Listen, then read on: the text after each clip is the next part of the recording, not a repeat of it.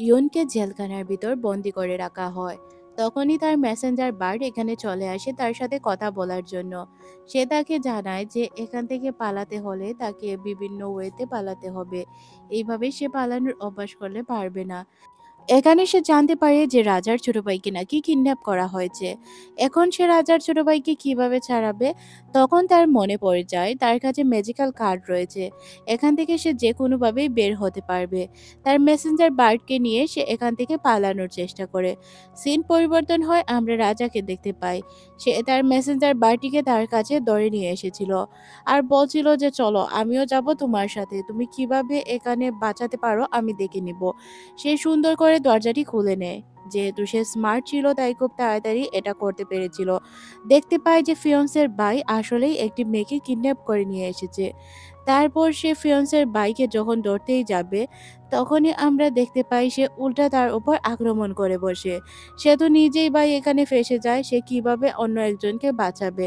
তখনই এখানে আমাদের রাজা চলে আসে আর এসে তাকে বাঁচিয়ে নিয়ে যায়। এখানে রাজাকে দেখে সে অনেক খুশি হয়ে যায় আর তার প্রতি ফিলিংস জাগতে শুরু করে। কিন্তু তাকে বলে দেওয়া হয়েছিল ওই দুনিয়ায় গিয়ে সে কারো প্রেমে পড়তে পারবে না। তাই সে তার সাথে ঠিকঠাকভাবে কথা বলে না। তবে তাকে ধন্যবাদ জানায় কারণ সে তার জান বাঁচিয়েছিল। এখানে সে অনেক বেশি ভয় পেয়েছিল। কিভাবে কি করবে কিছুই বুঝতে পারছিল না। কারণ রাজা তাকে অনেক বকাঝকা করেছিল। সিন পরিবর্তন হয়। এখানে আমরা ভ্যাম্পায়ারটিকে দেখতে পাই যে কিনা তার জন্য পাগল ছিল। তারপর তাকে নিয়ে একটি জায়গায় চলে যায়। আসলে এটা ভ্যাম্পায়ারের রাজ্য ছিল। এখানে সে চাইলেও তার টাইম ট্রাভেল ব্রেসলেটটি ইউজ করতে পারছিল না। কারণ এটা কেন জানি না চলছিল না। ভ্যাম্পায়ারটি তাকে বলে তুমি চাইলেও এটা ব্যবহার করতে পারবে না। এখানে কোনো ব্রেসলেট চলার কোনো নিয়ম নেই। তারপর তাকে খানদানি একটি হার পরিয়ে দিয়ে কিছু খাবার খেতে দেয়। সে যখন খাবারগুলো খাচ্ছিল তখন তাকে বলা হয় সে নাকি তাকে ব্লাড খেতে দিয়েছে। কিছুক্ষণ পর আবার হাসতে শুরু করে। এখানে যেহেতু তাকে থাকতে হবে তাই সে অনেক বেশি ভয় পেয়ে যায়। মনে করে হয়তো ভ্যাম্পায়ার তাকে কেটে খেয়ে ফেলবে। সে জানতো না ভ্যাম্পায়ারটি যে তাকে বিয়ে করতে চায়। তাই সে জোর করেই তার ব্লাড তাকে খাওয়াতে চায়, যাতে সে তাকে বিয়ে করতে পারে। তখনই এখানে হান্টার্সরা চলে আসে আর ভ্যাম্পায়ারের উপর আক্রমণ করে। ভ্যাম্পায়ারের উপর আক্রমণ হচ্ছে এটা দেখে ভ্যাম্পায়ার তাদের উপর ঝাঁপিয়ে পড়ে। ভ্যাম্পায়ার তার সাথে পেরে ওঠে না কারণ এখানে অনেকগুলো লোক ছিল। তাই সে কিছু না করতে পেরে এখান থেকে পালিয়ে যায়। ভ্যাম্পায়ার বুঝতে পারে না যাকে সে বাঁচালো সেই তার কাছ থেকে পালিয়ে গেল। তার মেসেঞ্জার বার্ড তাকে এসে বলে কোথায় ছিলে তুমি? সে তখন সব সত্যটা তাকে বলে দেয়। তারপর ইয়ন রাজার কাছে চলে আসে আর রাজার সাথে বসে খাবার খাচ্ছিল। তখন রাজা জানায় রাজা তাকে বিয়ে করতে চায়। বিষয়টা জানার পর সে অবাক হয়ে যায়। প্রথমে সে রাজি ছিল, কিন্তু তার মনে পড়ে যায় এটা তাকে করলে হবে না, কারণ তাকে মডার্ন দুনিয়ায় ফিরে যেতে হবে। তখনই আমরা এখানে ভ্যাম্পায়ারকে আসতে দেখি। ভ্যাম্পায়ার আর রাজার মধ্যে তুমুল ঝগড়া হতে শুরু করে। একে অপরের সাথে তারা যখনই ফাইট করছিল তখনই এখানে ইয়ন নিচে পড়ে যায়। ইয়ন নিচে পড়ে যাচ্ছিল, এটা ভ্যাম্পায়ার সহ্য করতে পারে না। তাকে সাথে সাথে গিয়ে সেভ করে নেয়।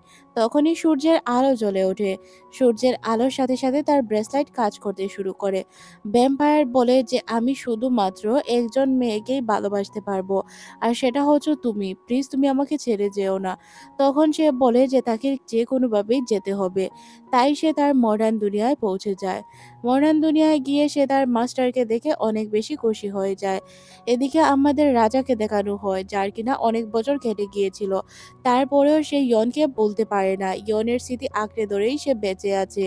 সে ইয়নকে অনেক বেশি ভালোবাসতো। এদিকে যার প্রবলেম সলভ করার জন্য ইয়ন গিয়েছিল অতীতে, তার প্রবলেম সলভ হয়ে যায়। সে কান্না করে দেয় আর তার কান্নার জল একদমই স্পষ্ট ছিল। কান্না করার পর সে যখন এখান থেকে বেরিয়ে যায় তখন তার মনেই পড়ে না যে এখানে কোনো কিছু ছিল। আসলে এই জাদুর হাউস থেকে যেই বেরিয়ে যাবে তার সাথে কি কি ঘটেছে কোনো কিছুই সে মনে করতে পারবো না। কারণ অতীতের সব ঘটনাই সে ভুলে যাবে। ধীরে ধীরে এটাই তার সাথে ঘটতে থাকবে। যখন ইয়ন বসে খাবার খাচ্ছিল মাস্টারের সাথে, তখন তার দেওয়া লকেটটি তার গলায় চেপে যায়। মাস্টার বুঝতে পারে যে অতীতে মাস্টার এবং তার মধ্যে কোনো কিছু ছিল, সাথে ভ্যাম্পায়ারের সাথেও। তাদের অতীতে তিনজনের অনেক ভয়ানক কোনো ঘটনা ছিল, যেটা জানার চেষ্টা তার ছিল, কিন্তু কিভাবে জানবে।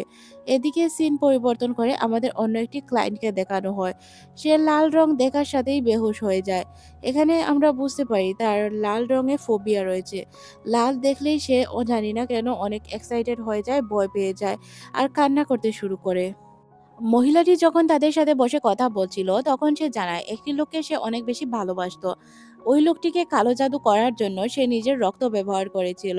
নিজের রক্ত ব্যবহার করে যখনই সে কালো জাদু করতে গেল, তারপর থেকেই তার এই অবস্থা। সে যে কোনো জায়গায় রক্ত দেখতে পায়। আর এত রক্ত দেখতে পায় যে সে ঠিকঠাকভাবে খাবার পর্যন্ত খেতে পারে না। সে ঘুমাতে পারে না, কোনো কিছুই করতে পারে না। সে মাস্টারের কাছে সাহায্য চায়, মাস্টার যাতে তাকে সাহায্য করে।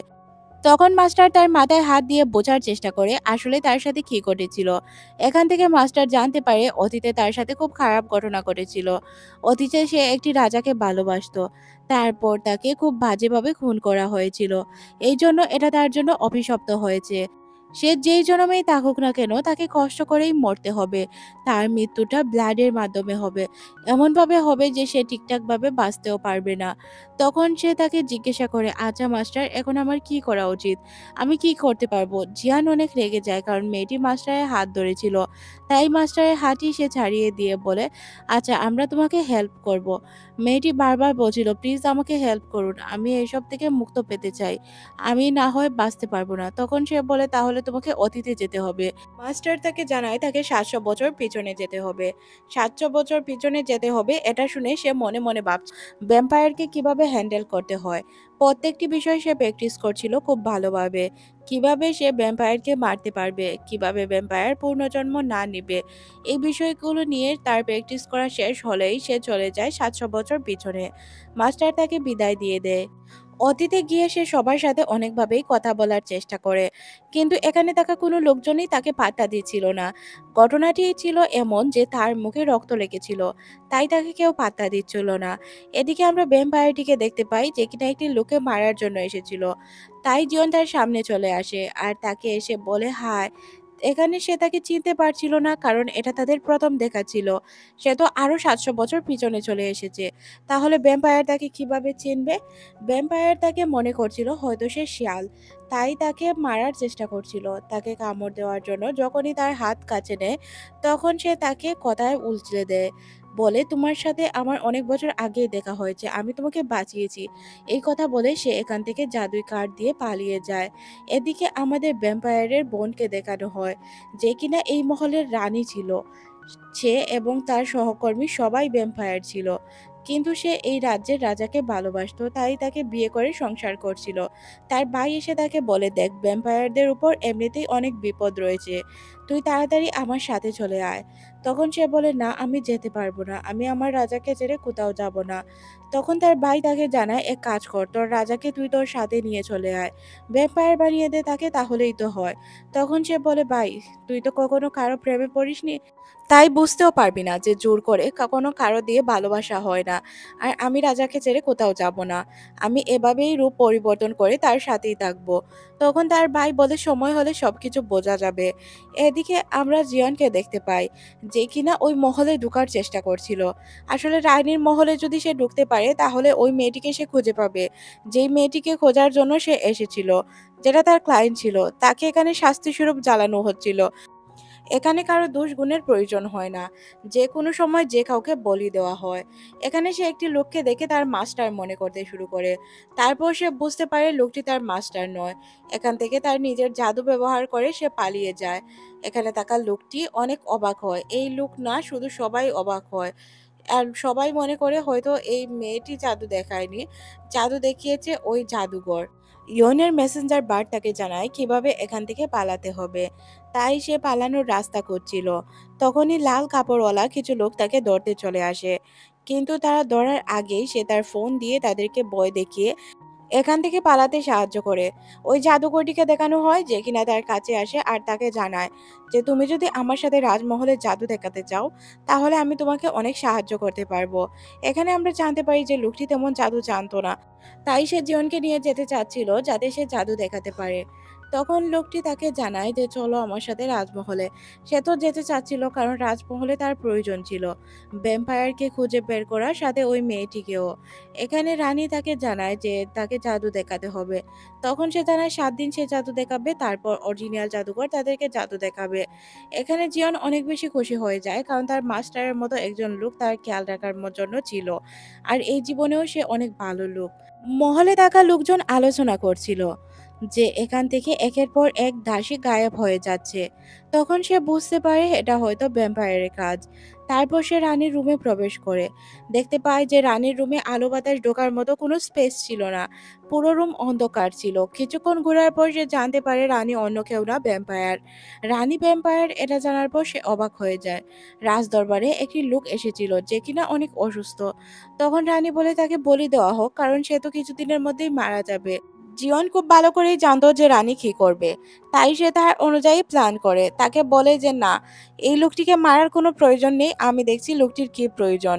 তারপর সে লোকটিকে অনেক বেশি খাবার খাওয়ায়। খাবার খাওয়ার কারণেই সে বমি করেও সুস্থ হয়ে যায়। এখানে রানী অনেক বেশি রেগেছিল। সিন পরিবর্তন হয়, আমরা দেখতে পাই ভ্যাম্পায়ারকে, যে কিনা তার বোনের সাথে দেখা করার জন্য যাচ্ছিল। তখনই হুট করে তার জিয়ন জাদু দিয়ে গায়েব হতে চাইলেও ভ্যাম্পায়ার তাকে দেখে ফেলে। ভ্যাম্পায়ারের চোখে ফাঁকি দেওয়া এত সহজ ছিল না। সে তাকে দেখে অনেক বেশি রেগে যায় আর তাকে কামড় দিতে চলে আসে। তখন সে অনেক বেশি ভয়ে তাকে উল্টো কামড় দিয়ে এখান থেকে চলে যায়। আর ভ্যাম্পায়ারটির অতীতের কিছু কথা মনে পড়তে থাকে আর সে তাকে খুঁজতে শুরু করে। থাকা অনেকগুলো সৈন্য চলে আসে আর সৈন্যদের কারণে এখানে মারামারি শুরু হতে থাকে। তখনই আমরা দেখতে পাই রানী চলে আসে আর তাকে এখান থেকে পালাতে বলে। তাই সে এখান থেকে পালিয়ে চলে যায়। সিন পরিবর্তন হয়, আমরা রানীর সত্যটাকে দেখতে পাই। আসলে রানী অরিজিনাল যে রানী ছিল, যাকে বাঁচানোর জন্য জিয়ন এসেছে, তাকে একটি জায়গায় বন্দি করে রাখে আর তার চেহারা নিজের মধ্যে নিয়ে নেয়। এটা ছিল তার কাজ। আর ধীরে ধীরে ওই মহিলাটি বৃদ্ধ হতে শুরু করে। রঙের বার্ড যেহেতু সব সততা জানতে পেরে যায়, তাই সে এই বার্ডটিকে বন্দি করে নিতে চায়। এদিকে সে জানতেও পারে যে ভ্যাম্পায়ার তাদের সম্পর্কে সবকিছু জেনে গিয়েছে। আর তারাও যে জানে ভ্যাম্পায়ার যে তার লোকটি সবকিছু কিন্তু ক্লিয়ার ছিল। দুইজনই দুইজনের সত্যটা জানতো আর কি এমন। এখানে সে একটি চুড়ি তৈরি করে যেটা দিয়ে তারা খুব তাড়াতাড়ি ভ্যাম্পায়ারকে মারতে পারবে। তাদের মধ্যে অনেক ভালো সম্পর্ক তৈরি হয়ে যায়। ভ্যাম্পায়ার তাদের উপর আক্রমণ করলে তারা ভ্যাম্পায়ারকে মারতে সক্ষম হয়।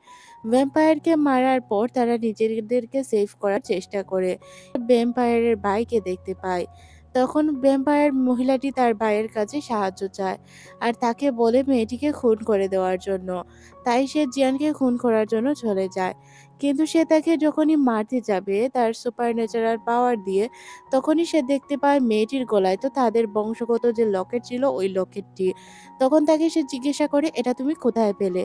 মেয়েটি বলে যে লকেটটি আপনিই আমাকে দিয়েছিলেন। তারপর সে তাকে তার জায়গা মতো নিয়ে যায়। তার গুহায় নিয়ে গিয়ে দেখতে পায় অনেকগুলো জংলি জানোয়ার তার এখানে আক্রমণ করে বসেছে। তাই সে জিয়ানকে বলে সাহায্যের জন্য। দুইজন সাহায্য করতে গিয়ে জিয়ানের অবস্থা খারাপ হয়ে যায়। সে যখন জিয়ানকে খাটতেই যাবে, তখন দেখতে পায় যে মেয়েটি তো জিয়ানের চিন্তাই করছিল। তাই সে নিজেই জিয়ানকে সেভ করে দেয়। জিয়ান তারপর বলে, তোমার কাছে আমার একটি শর্ত রয়েছে।